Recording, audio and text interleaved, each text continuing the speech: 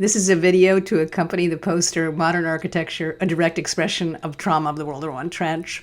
It briefly reviews some of the science that reframes architectural history, and a poster that will be presented at ANFA September 15th through 25th. The question this poster seeks to answer is, how did modern architecture happen? Why did buildings become blank and faceless? So you see the carriage house on the left, a 19th century building, and it has a lot of detail. It looks sort of quite face-like, and it's very different than the blank glass building, the more modern 21st century Queens Library in New York City.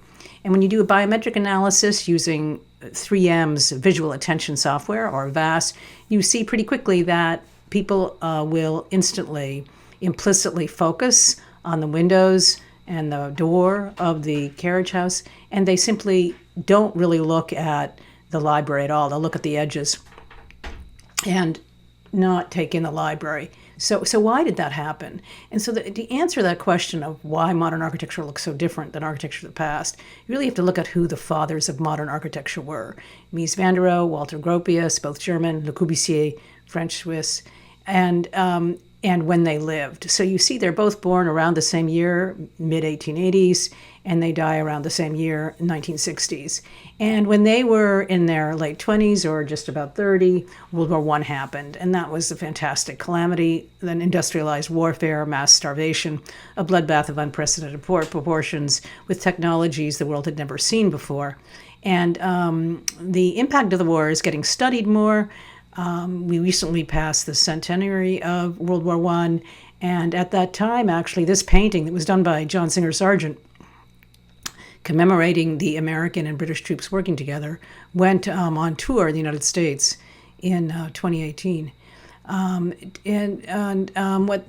What you see here, this is called Gast. What you see here is a gas attack. And here is a painting that Singer Sargent did of camouflage tanks. These were the first tanks that were ever used in warfare. And it totally was catastrophic in people's lives. And we are now understanding better that one of the World War I outcome was PTSD. More than 20% of soldiers suffered from PTSD. And this is from Jay Winter, a professor emeritus at Yale. And it wasn't diagnosed really routinely at the time. And this is just a functional magnetic resonance imaging, which shows what PTSD does to the brain, how it shrinks the brain. And that you actually can see from a brain scan how the trauma will change the brain's internal architecture. So PTSD rewires the brain. During a trauma, your body responds by going into fight or flight mode. And with PTSD, you get stuck there. That's the basic problem. And that to survive, you fragment your relationship with yourself. You become dissociated from yourself because there's just so much pain inside. And what you can see then when you start understanding PTSD and what it does to the brain, you can see that Gropius's PTSD is in his architecture. Gropius served 4 years in the trenches of World War I, and he built this house 20 years later in the suburbs of Boston. And it mirrors a bunker that he would have known, or ones like he would have known on the Western Front. With PTSD, you become disembodied, and so do your buildings. So the Gropius House is on the right, and the one on the left is a traditional New England house, which is directly opposite the driveway to Gropius's house. And one building is much more inviting. You can find the front door much more easily on the older building than the new one.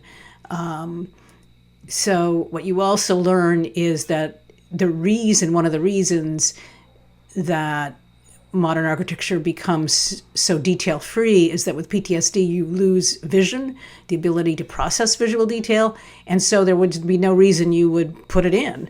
Your brain simply can't take that in. PTSD stops time,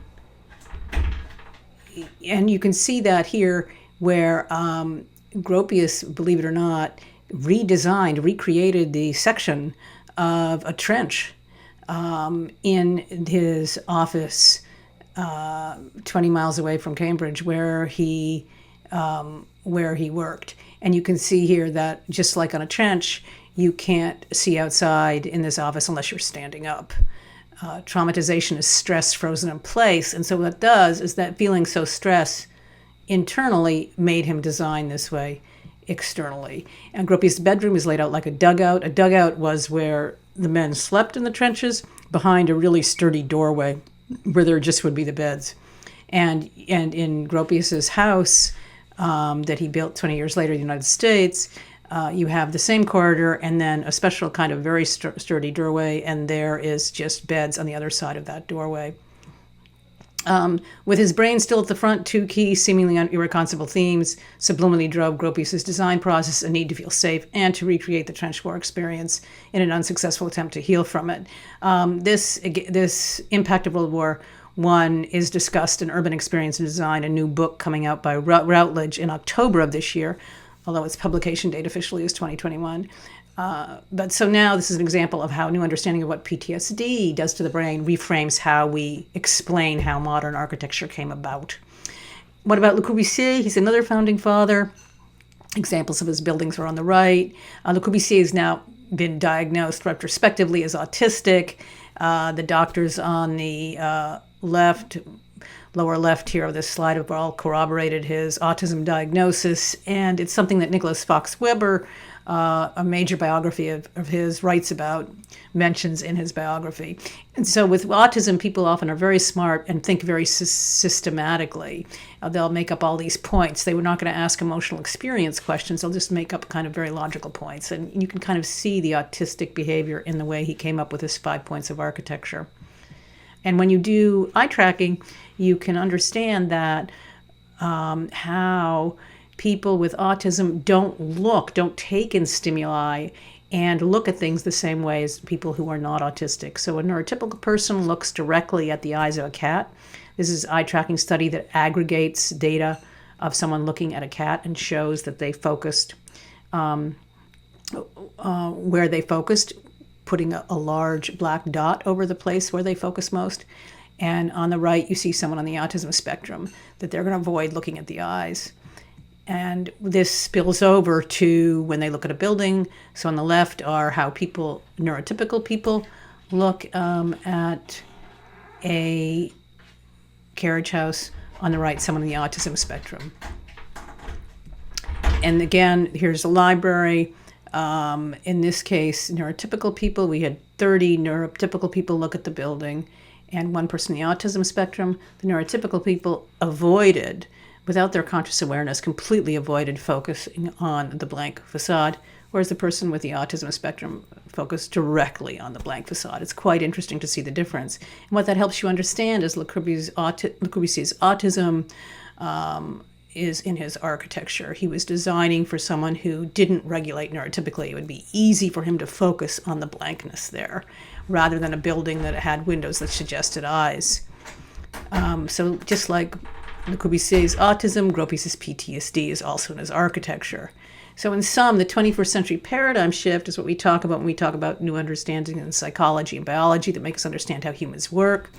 How did modern architecture happen? Relationally compromised people with atypical fixations and emotional regulation came up with the approach, abetted by a wounded world that wanted to bury the past, and an economic power structure willing to profit from it.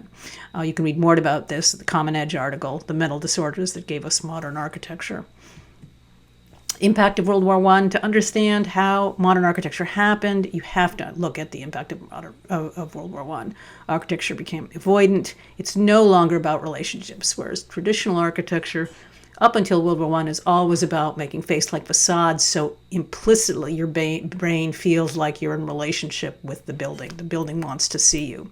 It's an external expression of atypical internal brain structure. Okay?